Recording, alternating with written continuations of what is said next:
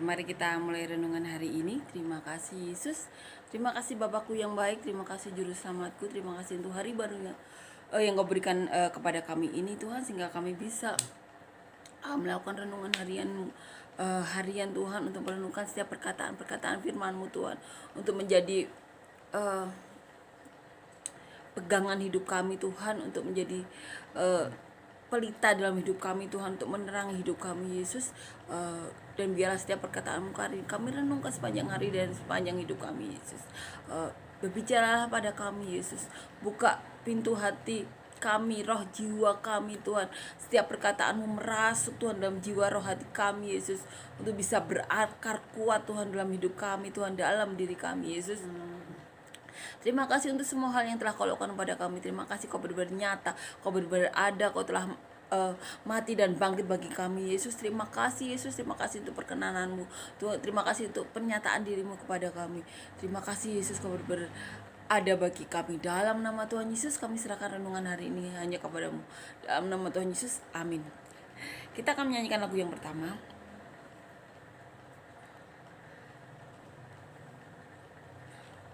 Agung dan mulialah Tuhanku. Agung dan mulialah Tuhanku. Sempurnalah perbuatan tangan-Mu, yang berkuasa atas surga dan seluruh bumi. Siapa yang dapat seperti Kau Tuhan? Agung dan mulialah Tuhanku. Maha besar perbuatan tangan-Mu.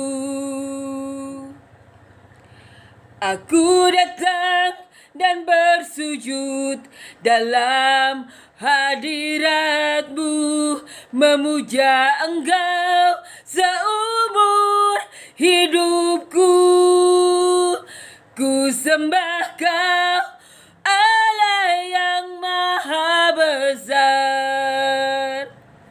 Ku sembah Kau, Yesus keselamatanku. Ku sembah Kau, Roh yang kudus, kekuatan hidupku.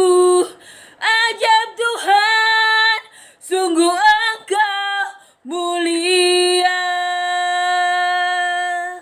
Amin. Agung dan mulialah Tuhan kita ya. Sempurna perbuatan Tuhan atas hidup kita, yang berkuasa atas surga dan seluruh bumi. Tidak ada yang seperti Tuhan ya. Amin. Tuhan kita agung dan mulia. Amin ya. Kita akan renungkan ayat Alkitab di Matius 7. Kita garis bawahi ayat 12. Kita akan baca ayat 12 sampai 14.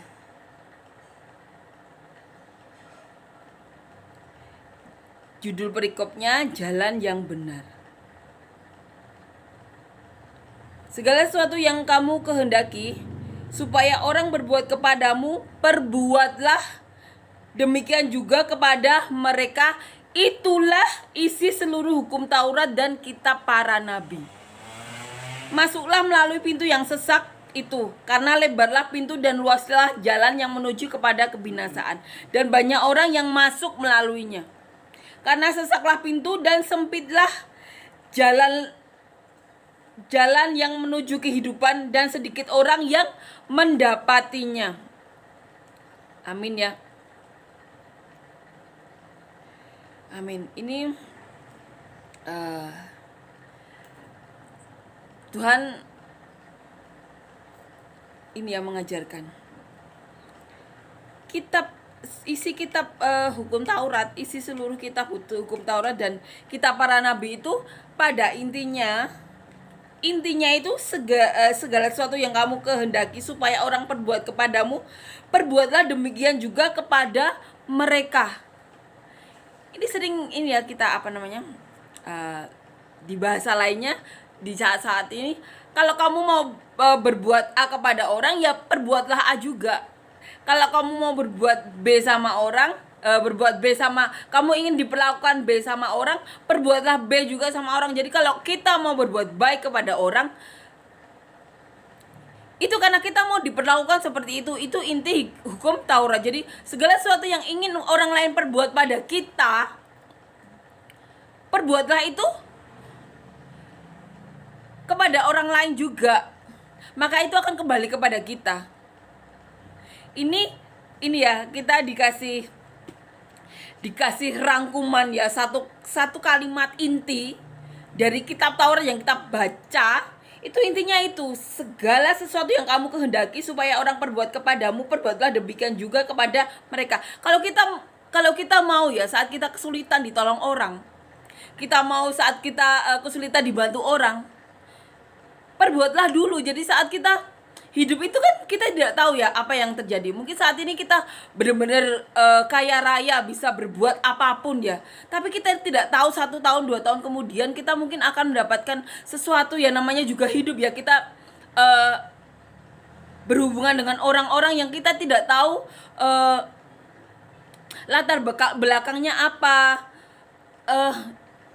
tujuan dibalik dia berbuat sesuatu kepada kita itu apa. Kita tidak tahu. Kalau mungkin saat ini kita berhasil, tapi 5 tahun 7 tahun kemudian kita tersandung kasus karena apa? Rekan kerja kita berbuat sesuatu yang licik, sehingga mau tidak mau kita turut campur karena kita ada kerjasama dengan dia, orang yang berbuat licik tersebut. Kita tidak tahu.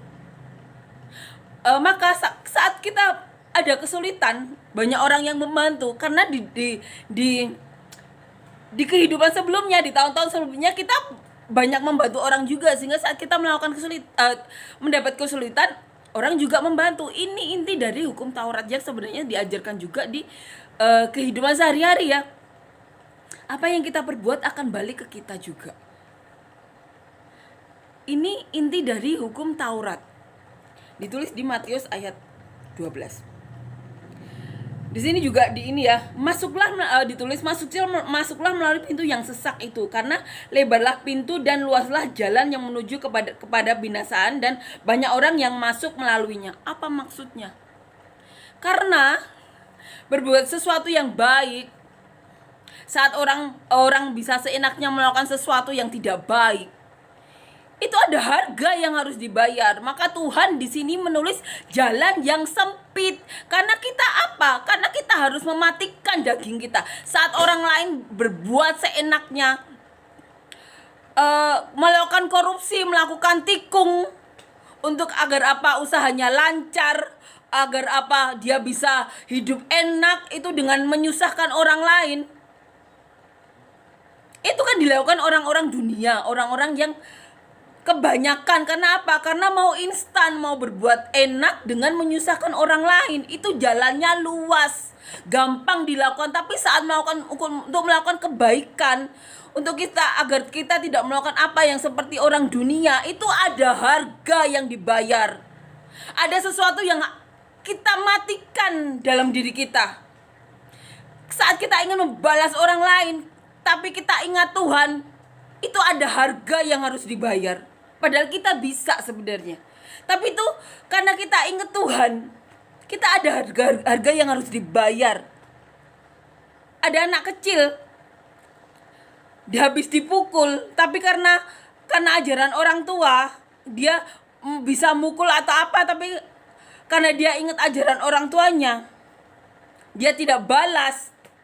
Itu ada harga yang harus dibayar anak itu. Dia nangis merasakan sakit. Itu tuh contoh gampangnya ya. Tapi untuk kita yang udah dewasa, ada hal-hal yang orang lakukan yang mungkin kita dimaki orang, diludahi orang, kita bisa balas sebenarnya.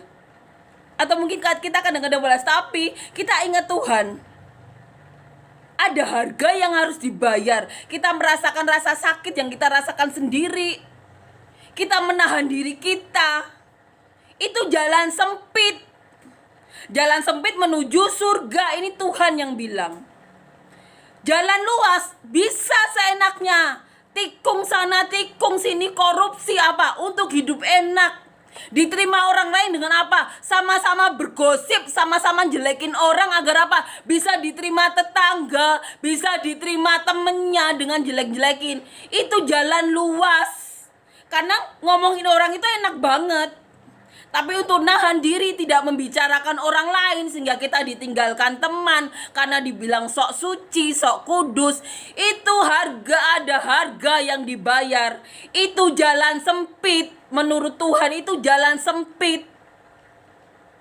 Karena enak kan bisa ngomongin orang, karena enak kan bisa jelek-jelekin orang, kita bisa dipermudah. Saingan berkurang karena apa? Namanya sudah jelek. Jadi apa? Orang lain yang jalan luas itu bisa dengan lenggangnya apa? Melakukan bisnis. Itu jalan luas. Tapi harganya mahal. Nanti belum tentu ketemu Tuhan. Kenapa? Dia sudah enak-enakan lewat jalan yang luas. Ini maksudnya. Jalan sempit, harus matiin keinginan, matiin daging. Saat disakiti kita menahan diri tidak menyakiti.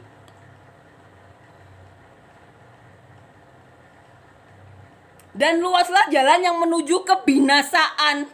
Banyak orang yang masuk melaluinya kan apa?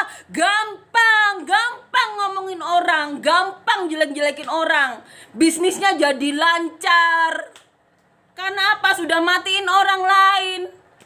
Dan orang lain itu yang bayar harga. Dia menahan diri karena dia tahu jalan yang dia lalui itu namanya dikatakan Tuhan jalan sempit. Karena kalau untuk melewati jalan sempit itu harus bayar harga. Kadang dibilang sok suci, sok kudus. Itu jalan sempit yang harus dilalui orang-orang yang mau mengikut Yesus. Tuhan juga bayar harga. Dia mengajarkan Injil sama orang Farisi, orang Taurat, dicari-cari kesalahannya. Itu yang diajarkan Tuhan. Dikatakan lagi, karena sesaklah pintu dan sempitlah jalan yang menuju kepada kehidupan, dan sedikit orang yang mendapatinya. Jalannya sempit karena hatinya harus menahan disakiti orang, dipanas-panasi orang. Itu jalan sempit.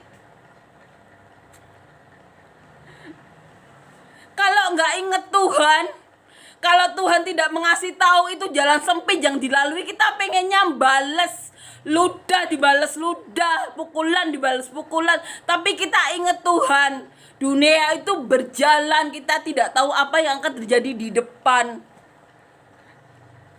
Maka berbuatlah baik seperti dikatakan di dalam hukum Taurat.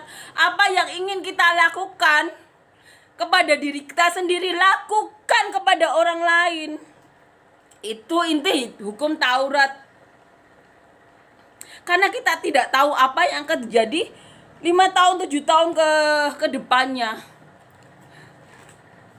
Jadi sebenarnya itu pilihan. Jalan sempit atau jalan luas yang kita mau lewati. Jalan luas enak banget dengan jelek-jelekin orang, dengan nikung orang, bisnisnya lancar, tidak ada saingan. Enak banget, jalan luas itu dikatakan Tuhan. Tapi menuju apa? Kebinasaan. Ini Tuhan yang nulis ini lewat para rasulnya. Sudah dikatakan di sini jalannya luas, enak banget ya. Bisa jelekin orang, bisa diterima orang karena sama-sama bergosip, sama-sama jelekin orang. Enak banget bisa nikung orang karena apa? Bisnisnya jadi lancar. Tapi Tuhan di sini nulis itu jalan kebinasaan. Sesak pintu yang harus dilalui orang-orang yang mau mengikut Tuhan. Matiin keinginan, matiin daging, keinginan untuk membalas, keinginan untuk menjelek-jelekan orang lain. Kita kadang-kadang kalau ini keluar itu ya, tapi Tuhan mengingatkan. Dan kita harus ingat ini ya, jalannya memang sempit, tapi ini sudah dikasih tahu Tuhan. Ini tidak 1 kali 2 kali ayatnya ditulis, sering. Sempit jalannya. Karena kalau untuk tidak ngikutin dunia, kita bisa dibilang cupu, tidak bergaul, tapi sebenarnya kita bisa mengajak mereka untuk melakukan sesuatu. Tapi ya ada ini ya, apa namanya, kita harus minta hikmat Tuhan, minta perkenanan Tuhan. Pasti ada jalan. Makanya banyak komunitas kan. Jangan sampai komunitas yang dibuat atas nama Tuhan jadinya jalan lebar menuju kebinasaan, karena gampang kan jadi gosip. Di gereja juga banyak gosip. Di gereja banyak nikung-nikung biar dipercaya jadi ini, jadi pengurus, jadi apa. Banyak. Ini Tuhan ajarkan ya. Inti hukum Taurat adalah perbuatlah sesuatu orang lain yang ingin diperbuat bagi kita, perbuatlah juga kepada orang lain. Karena pasti para rasul juga tahu, karena mereka tidak tahu, mereka kan sering menghadapi hal-hal sulit ya zaman itu. Mereka banyak ditangkap, banyak menghadapi orang Farisi, orang Taurat, dan mereka ditolong orang-orang yang dulu ditolong Tuhan. Pastinya seperti itu. Atau mereka tolong karena ajaran Tuhan. Dan Tuhan sini katakan jalan sempit, jalan luas itu pilihan. Mau ke surga atau menuju kebinasaan itu pilihan. Dan sini Tuhan sudah menulis lewat para rasulnya. Amin ya. Ini benar-benar mengajarkan dan benar-benar menguatkan kita apa yang harus kita lakukan. Para rasul mengajarkan di hukum Taurat ya, para nabi zaman dulu. Apa yang mau kita perbuat ke orang lain, perbuatlah pada diri kita. Karena apa? Karena pada zaman dahulu seperti zaman sekarang, banyak hal yang, apalagi mereka sering berjalan atau mengembara ya. Karena harus mengabarkan Injil atau diminta Tuhan mengabarkan suatu ke kota lain di mana mereka harus berjalan atau naik unta ya. Mereka sering dibantu orang, sering ditolong orang, karena mereka sering menolong orang juga. Pastinya seperti itu. Dan di sini benar-benar diajarkan ya, jalan sempit, jalan luas itu pilihan kita. Mau ke surga atau menuju kebinasaan itu jalan kita. Ini Tuhan sudah katakan ya. Karena seselah pintu dan sempitlah jalan yang menuju kepada kehidupan, dan sedikit orang yang mendapatinya. Dan kita harus mengimani itu ya. Kita dipampukan oleh Tuhan. Kita harus masuk komunitas yang benar-benar mau bayar harga untuk melewati jalan yang dikatakan Tuhan itu jalan sempit. Kita bisa pasti membangun bisnis atau membangun relasi dengan cara yang baik. Dengan cara Tuhan kita pasti bisa. Kita bisa menemukan jalan itu. Jalan sempit yang bisa dilalui bersama-sama. Kita pasti bisa. Bersama Tuhan yang mampukan. Amin. Terima kasih ya untuk perkataan Tuhan ini. Benar-benar menguatkan kita, mengingatkan kita apa arti jalan sempit, jalan luas itu. Terima kasih ya untuk Tuhan Yesus ya. Tuhan Yesus benar-benar luar biasa dalam hidup kita ya. Amin. Kita akan nyanyikan lagu yang kedua. Aku hendak bersyukur pada Tuhan. Aku hendak bersyukur pada Tuhan karena keadilannya, dan bermazmur bagi nama Tuhan yang maha tinggi. Ya Tuhan, Tuhan kami, betapa mulianya namamu, Tuhan kami, dimuliakan atas seluruh bumi. Ya Tuhan, Tuhan kami,